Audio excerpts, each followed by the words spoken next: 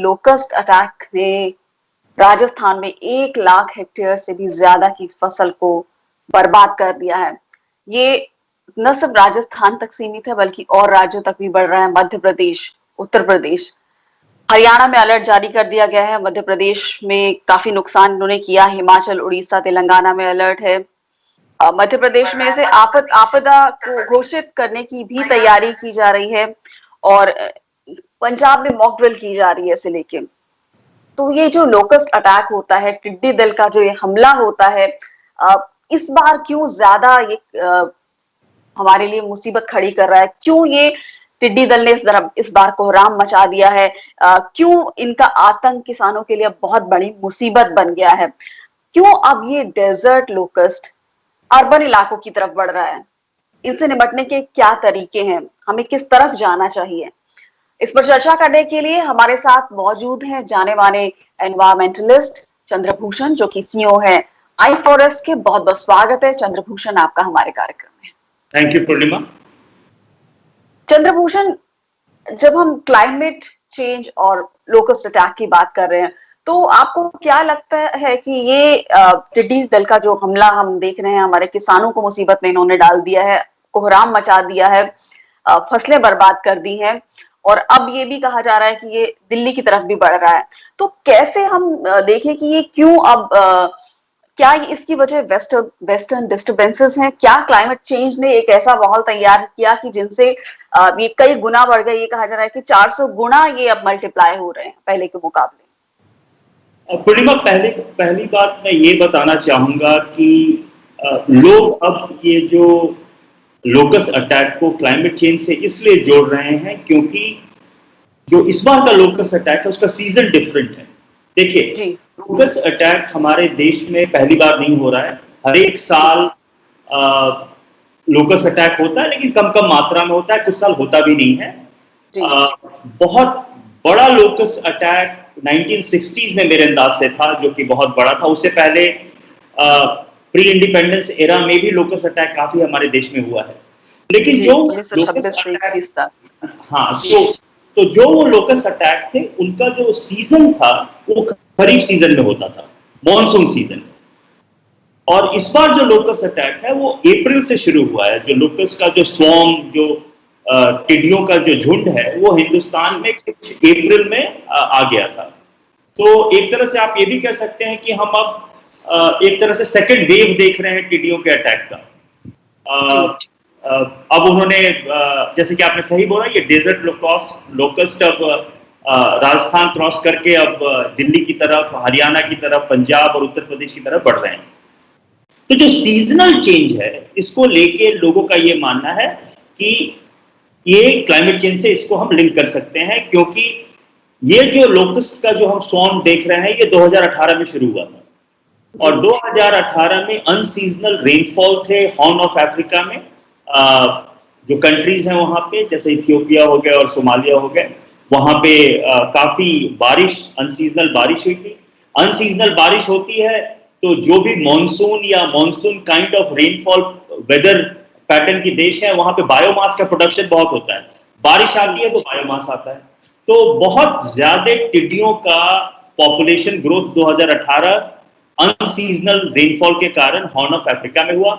वहां से ये बढ़ते बढ़ते आज 2 साल बाद भारत में इतना बड़ा, ईरान, पाकिस्तान और भारत में इतना बड़ा अटैक हो रहा है। तो अनसीजनल रेनफॉल और क्लाइमेट चेंज को टिड्डियों के अटैक से जोड़ा जा रहा है। लेकिन मैं ये भी कहूंगा अभी कि क्लाइमेट चेंज का कितना कंट्रीब्यूशन रहा है, ये समझने की जरूरत है।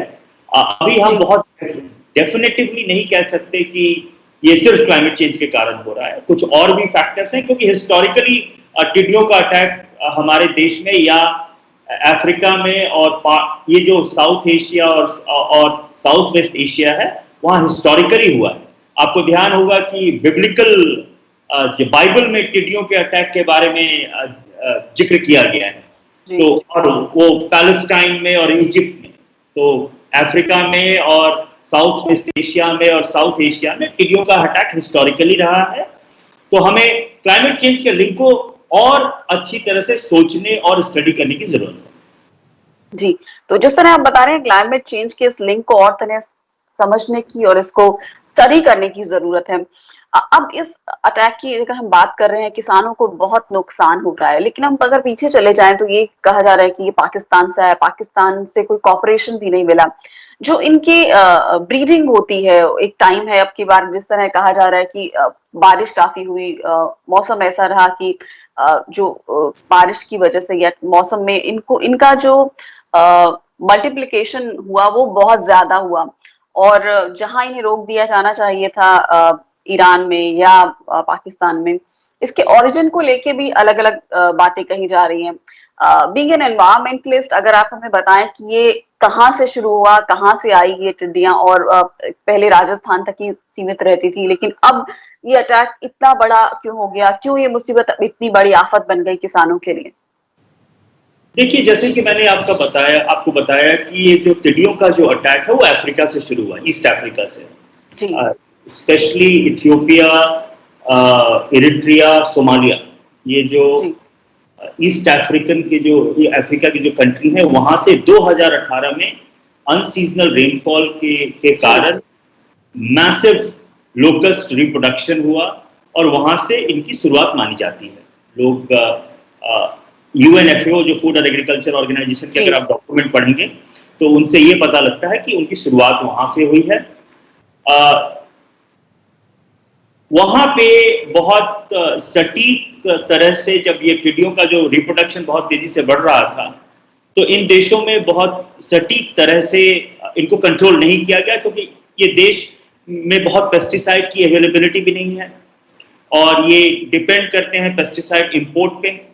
तो उसके कारण भी ये माना जाता है कि जहां पे शुरुआत हुई थी वहां ढंग से कंट्रोल नहीं हो पाया, और उसके बाद ये यमन, जो कि मिडिल ईस्ट में, नीचे अगर आप देखिएगा पाकिस्तान के पास यमन, फिर ईरान, फिर पाकिस्तान और फिर भारत में आए हैं।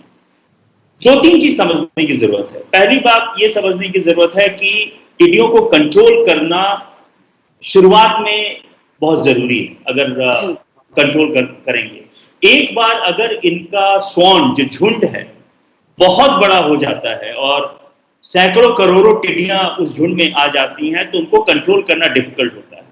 दूसरी बात यह है कि इनका जो मूवमेंट है वो बहुत फास्ट होता है।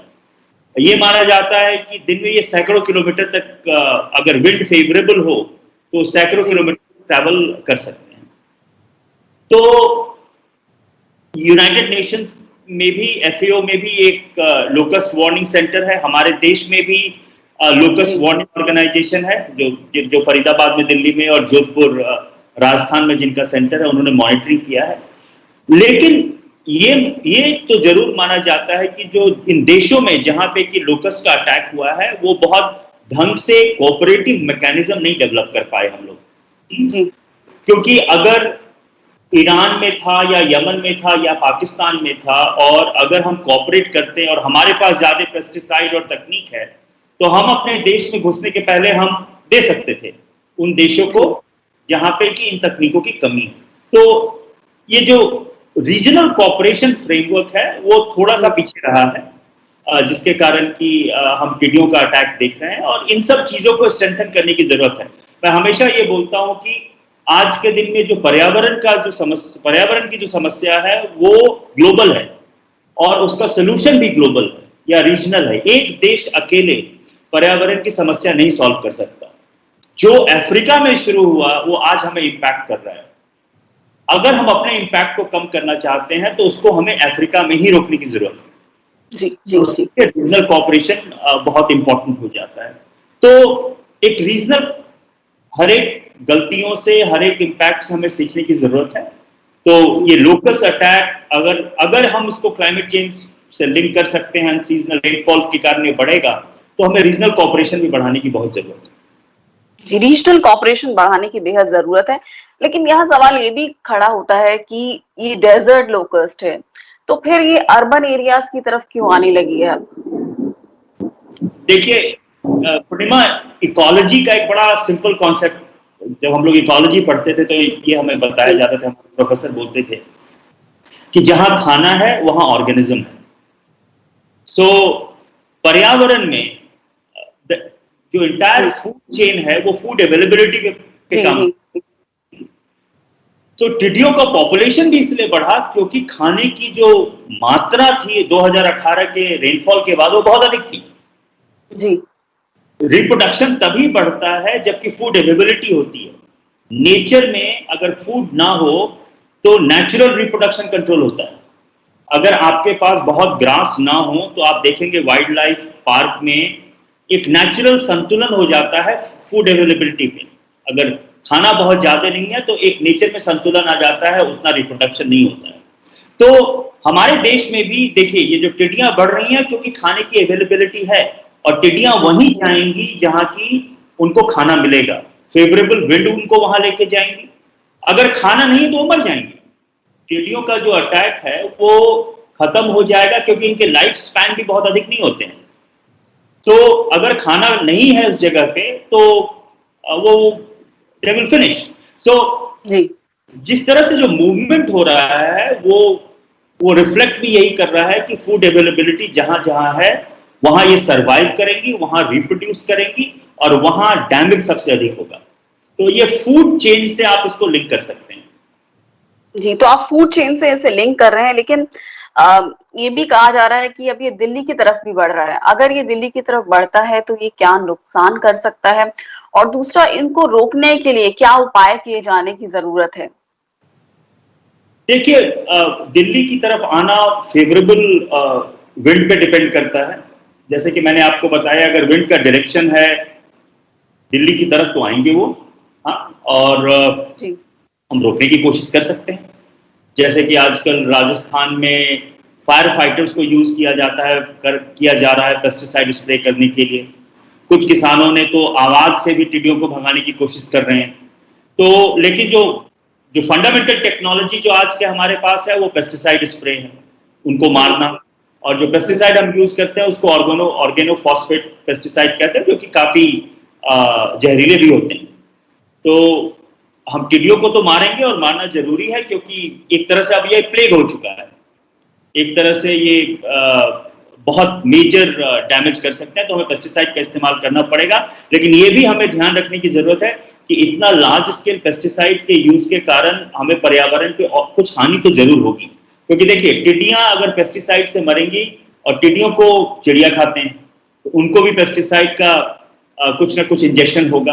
और अगर पेस्टिसाइड लार्ज स्केल हम स्प्रे कर रहे हैं तो पानी में जाएगी, जमीन में जाएगी, तो थोड़ा उससे पर्यावरण में प्रदूषण तो आएगा पेस्टिसाइड से। लेकिन आज के दिन में जो फंडामेंटल टेक्नोलॉजी, जो बेसिक टेक्नोलॉजी जो हमारे पास है वो पेस्टिसाइड है। और दिल्ली में ये माना जा रहा है कि क्योंकि दिल्ली का ग्रीनरी कुछ एरियाज में काफी है, और दिल्ली का जो फॉरेस्ट कवर है वो कुछ 20% से ज्यादा है, तो उनको यहाँ पे फूड मिलेगा, यहाँ पे उनको खाना मिलेगा, तो शायद यहाँ वो सस्टेन कर सकेंगे। तो इसी कारण से लोग थोड़े वरीड भी हैं कि अगर दिल्ली आता है तो उनका इम्पैक्ट काफी होगा दिल्ली के ग्रीन कवर पे। तो इसके कारण दिल्ली सरकार ने पिछले कुछ दिनों में इसकी तैयारी भी शुरू कर दी है, और कुछ अनाउंसमेंट भी हो रहा है कि किस तरह से इसको वो कंट्रोल कर पाएंगे। जी, दिल्ली आता है तो काफी खतरनाक भी हो सकता है, क्योंकि दिल्ली में हरियाली इतनी है, और अगर उन पेड़ों को अगर ये खा जाएंगे तो वाकई बड़ी चिंता की बात है। साथ ही मैं आपसे ये भी जानना चाहूंगी कि जब इस तरह की समस्या आती है, और अब इस बार ये समस्या काफी बड़ी है, सेंटर का और स्टेट का क्या रोल होना चाहिए इसको टैकल करने में?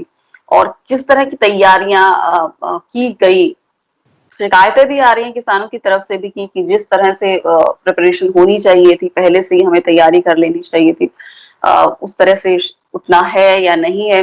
तो स्टेट का और सेंटर का क्या रोल होना चाहिए इस जो समस्या है ये इससे जूझने के लिए? क्योंकि अब की बार ये जो टिड्डी का अटैक है, लोकस्ट अटैक है, उसका स्केल बहुत बड़ा है। देखिए सेंटर का काम है कोऑर्डिनेशन का, मॉनिटरिंग का, और सेंट्रल ऑर्गेनाइजेशन है, जैसे कि मैंने आपको बताया लोकस्ट वार्निंग की ऑर्गेनाइजेशन है। तो सेंटर का काम है कोऑर्डिनेशन का और मॉनिटरिंग का, और ट्रैक करने का कि कहाँ कहाँ इन टिड्डियों का इम्पैक्ट होने वाला है। तो मेरे अंदाज से जो जोधपुर का सेंटर है और जो कि फरीदाबाद दिल्ली एनसीआर में जो सेंटर है, उन्होंने काफी अच्छा काम किया है ट्रैकिंग के लिए, और ट्रैकिंग कर रहे हैं। तो इंफॉर्मेशन जहां तक स्टेट्स को प्रोवाइड करने की जरूरत है वो इंफॉर्मेशन मिल रहा है। स्टेट्स का मेजर रोल है कंट्रोल करने में, और स्पेशली स्टेट एग्रीकल्चर डिपार्टमेंट का, कि कहाँ पे पेस्टिसाइड का स्प्रे होगा, किस तरह से इसको कंट्रोल करेंगे। लेकिन जितना बड़ा ये टिड्डियों का जो झुंड है, वो मेरे अंदाज से हम ट्रेडिशनल टेक्नोलॉजी से पूर्णिमा कंट्रोल नहीं कर पाएंगे। और लोग आज के दिन में बात कर रहे हैं कि हमें अब एरियल स्प्रे, हवाई जहाज से स्प्रे करने की शायद जरूरत पड़े। और मैंने एक न्यूज आर्टिकल ये पढ़ा था कि हम कोई स्पेशलाइज इक्विपमेंट यूके से लाने की बात कर रहे हैं। जी, लंदन से यूके से मंगवा रहे हैं जी, बिल्कुल, इंग्लैंड से स्पेशलाइज 60 मशीनें। हाँ, तो मेरे अंदाज से इसकी तैयारी ऑफ कोर्स पहले की जा सकती थी, लेकिन चलिए, देर आए दुरुस्त आए। अभी भी हमारे पास अपॉर्चुनिटी है कि स्टेट्स के कोऑर्डिनेशन के कारण और सेंटर के कोऑर्डिनेशन के साथ हम नई तकनीक के साथ इन टिड्डियों को, अटैक को रोक सकते हैं। लेकिन fundamental responsibility state agriculture department की है, मॉनिटरिंग करने में, और किस तरह से पेस्टिसाइड का स्प्रे हो और किस तरह से लोकल एडमिनिस्ट्रेशन को मोबिलाइज किया जाए, ये स्टेट की फंडामेंटल रिस्पॉन्सिबिलिटी बढ़ती है। क्योंकि आफ्टर ऑल एग्रीकल्चर जो है वो स्टेट सब्जेक्ट है, तो स्टेट की रिस्पॉन्सिबिलिटी काफी है, सेंटर का मॉनिटरिंग और कोऑर्डिनेशन का काम है। जी, लेकिन अब की बार जो किसानों से फीडबैक ये भी मिल रहा है कि ये जो साइज है अब की बार टिड्डी का वो काफी बड़ा है, और ये जो बातें आ रही है कि ये अब की बार सामान्य से 400 गुना ज्यादा ये ब्रीड कर रहे हैं, उनके लिए परिस्थितियां ऐसी हो गई। क्या वजह है कि इस तरह के चेंजेस भी हम देख रहे हैं? देखिए, एक तो मुझे लग रहा है कि जो रिप्रोडक्शन रेट है वो काफी तेज है, और उसका, जैसे कि मैंने आपको बताया, रिप्रोडक्शन फेवरेबल क्लाइमेटिक कंडीशन और favourable food availability, quantity of food available पे डिपेंड करता है। जी। तो मेरे अंदाज से अनसीजनल रेन हमारे देश में भी हुआ है। अगर आप देखेंगे, दिल्ली में पिछले सप्ताह की गर्मी के पहले काफी बारिश हुई है। नॉर्थ इंडिया में काफी बारिश हुई है, जिसको कि हम वेस्टर्न डिस्टर्बेंस से लिंक कर रहे हैं। अगर आप आईएमडी के रिपोर्ट पढ़ेंगी तो ये बड़ा क्लियर नजर आ रहा है कि वेस्टर्न डिस्टर्बेंस के कारण गर्मी भी इस बार कम हुई है और बारिश भी काफी हुई है। तो जब बारिश हमारे जैसे देश में, जो कि मॉनसून डिपेंडेंट देश है, जहां बारिश होती है बहुत तेजी से हरियाली बढ़ती है, और हरियाली बढ़ती है तो खाना बढ़ता है टिड्डियों के लिए और जानवरों के लिए। तो मेरे अंदाज से ये जो फेवरेबल वेदर कंडीशन रहा है पिछले कुछ महीनों में, उसके कारण भी टिड्डियों का जो रिप्रोडक्शन रेट है वो काफी तेजी से बढ़ा है। ये भी कहा जा रहा है कि अगर इनका जो टिड्डियों के दल की बात की जा रही है कि ये अगर इनको खत्म करने में पूरी ताकत भी झोंकी जाए तो 5 साल लगेंगे इन्हें पूरी तरह खत्म करने में, और अगले कुछ महीनों में भारत के तमाम शहरों में कहर भर पाने वाले। देखिए, मैं ऐसा नहीं मानता हूं। मेरे अंदाज से जो अभी के समय जो प्रेडिक्शंस आए हैं वो ये है कि एक्सट्रीम केस में कोई 6 लाख हेक्टेयर एग्रीकल्चर लैंड को इम्पैक्ट होने की बात हो रही है। अभी कोई 2 लाख हेक्टेयर इम्पैक्ट हो चुकी है एग्रीकल्चर लैंड। मैं आपको एक थोड़ा सा आंकड़ा देना चाहूंगा कि हमारे देश में आज के दिन में 150 मिलियन हेक्टेयर, इसका मतलब कि एग्रीकल्चर लैंड है। तो अगर एक्सट्रीम भी केस लें तो कोई मेरे अंदाज से 2-3% ही एग्रीकल्चर लैंड को इम्पैक्ट कर पाएंगी, और इनका इम्पैक्ट वो भी माना जाता है कि नॉर्दर्न और वेस्टर्न इंडिया में, थोड़े से सेंट्रल इंडिया में इनका इम्पैक्ट है। तो मैं वो जो पूरे देश में कहर कर पाएंगी, और वो मैं डूम्सडे सिनेरियो को नहीं मान रहा हूं अभी के समय जो मेरे पास एक्सट्रीम सिचुएशन की बात, वो एक्सट्रीम सिचुएशन की बात को मैं अभी के समय, अभी का इंफॉर्मेशन वो नहीं दर्शाता है। लेकिन मेरे अंदाज से फिर भी 6 लाख हेक्टेयर कम नहीं है। 6 लाख हेक्टेयर में काफी किसानों को नुकसान होगा। बहुत जो गरीब किसान हैं उन पे काफी इम्पैक्ट पड़ेगा। हमारे फूड सिक्योरिटी पे भी थोड़ा बहुत इम्पैक्ट पड़ेगा। लेकिन वो एक्सट्रीम सिचुएशन को मैं विजुअलाइज नहीं कर रहा हूँ अभी। इसके अलावा ये भी कहा जाता है कि जो एक बड़ा अगर टिड्डी दल है तो वो 10 वर्ग किलोमीटर में भी फैला हो सकता है, और इस तरह के दल में 300 टन तक टिड्डे हो सकते हैं, जो ऐसे झुंड रिकॉर्ड किए गए हैं जो 300 वर्ग किलोमीटर तक में फैले थे, और सूरज की रोशनी को भी रोक पाने की वो ताकत रखते हैं, क्योंकि शहरी लोगों ने शायद इनको देखा भी नहीं हो, समझा भी ना हो, तो ये असेस कर पाना कि ये पूरा का पूरा झुंड फोटोग्राफ के थ्रू भी हमें एक उसकी छोटी पिक्चर मिल पा रही है, लेकिन इसका इम्पैक्ट वो किसान देखते हैं कि किस तरह से पूरा चला आता है। तो जो इनका एरिया कवर करते हैं, और क्या इस अब ये मान लीजिए इनको अगर आप कह रहे हैं कि हाँ, इतने बड़ा दल आ रहा है और उसको अगर आपने रात में ही इनको खत्म किया जा सकता है? देखिए, पहली बात तो ये मैं कहूंगा कि हमें इस अटैक को बहुत सीरियसली लेने की जरूरत है। जहां पे भी अटैक होता है टिड्डियों का, और स्पेशली बड़े टिड्डियों के दल का, वो बहुत ही डेवस्टेटिंग होता है। मतलब उसकी हम एक तरह से कल्पना भी नहीं कर सकते। हम शहर में रहते हैं, उसका जो इम्पैक्ट गांव में होता है वो बहुत ही मतलब बहुत डेवस्टेटिंग इम्पैक्ट है। फसल खत्म हो जाते हैं, लोगों के घर पे टिड्डियों का एक तरह से एक लेयर जम जाता है, वो उनके जो मवेशी हैं उन पे बहुत इम्पैक्ट होता है। तो ये जो इम्पैक्ट है, इसको हमें डाउन प्ले करने की जरूरत नहीं है, इसका इम्पैक्ट बहुत ज्यादा है। ये माना जाता है कि इनके जो दल की जो साइज है वो बहुत बढ़ भी सकती है। तो मतलब कि किलोमीटर साइज हो सकती है। और मतलब ये कहना कि इनका इम्पैक्ट हम रात को रोकें या दिन को रोकें, मेरे ख्याल से इसका जो इम्पैक्ट है वो टाइम पे, और यहाँ पे एग्रीकल्चर साइंटिस्ट का बहुत बड़ा भूमिका होती है कि किस समय राइट एप्रोप्रिएट मूवमेंट है पेस्टिसाइड स्प्रे, तो उनके डिसीजन पे ये डिपेंड करता है। जी। तो जिस तरह आपने बताया कि अब एरोप्लेन के थ्रू भी या इस पर विमान के थ्रू भी स्प्रे करने की कोशिश होनी चाहिए कि किस तरह इनकी ब्रीडिंग को रोका जाए, इस पर निगाह रखी जाए। और ये कहते हैं कि एक कुछ इंच गड्ढा खोद के भी अपना अंडे वहां दे देते हैं, और वो कुछ समय बाद फिर वो एक अलग प्रॉब्लम शुरू हो जाती है। तो आप जिस तरह कह रहे हैं कि ये समस्या बहुत सीरियस है, तो अंत में मैं आपसे यही जानना चाहूंगी कि इसको खत्म करने के लिए क्या तरीके होने चाहिए, और क्लाइमेट चेंज से जब हमने शुरुआत की थी तो उससे लिंक करते हुए इसके आप क्या समाधान देखते हैं? देखिए, पूर्णिमा, मेरा ये कहना है कि हमें ट्राई करना चाहिए कि खरीफ सीजन के पहले, देखिए अब किसान अब बुआई करेंगे खरीफ सीजन का, जी, वो भी एक समस्या है। हाँ, उसके पहले हमें ट्राई करना चाहिए कि जितना कम कर सकें उतना कम करें, नहीं तो फिर खरीफ सीजन में इनका इम्पैक्ट काफी बढ़ेगा। तो एक तो ये है कि हमारे पास टाइम लिमिट है, अगले 1-1.5 महीने हैं हमारे पास इनको कंट्रोल करने के लिए।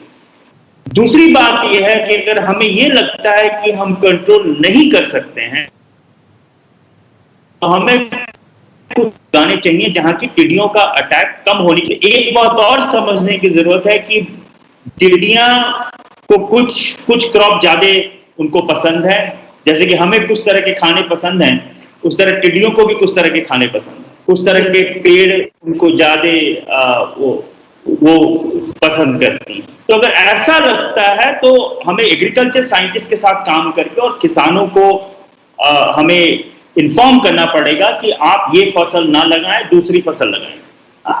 तो अगर हमें लगता है कि खरीफ सीजन में हम कंट्रोल ना कर पाए, तो हमें फसल बदलने की भी बात करने की जरूरत है। तो जैसे कि मैंने आपको बताया, एक तो हमारे पास टाइम लिमिट है, अगले 1.5-2 महीने में हम जितना कंट्रोल कर सकें उतना फायदा होगा। अगर कंट्रोल ना हो पाता है तो हमें फिर अपने एग्रीकल्चर के जो क्रॉप्स हैं उसको भी बदलने की बात करने की जरूरत है। जी, तो आप जिस तरह कह रहे हैं कि मॉनसून से पहले इसको खत्म करना होगा, टिड्डी की जो समस्या आ रही है, और क्योंकि खरीफ फसल के लिए एक बड़ा खतरा बन सकते हैं।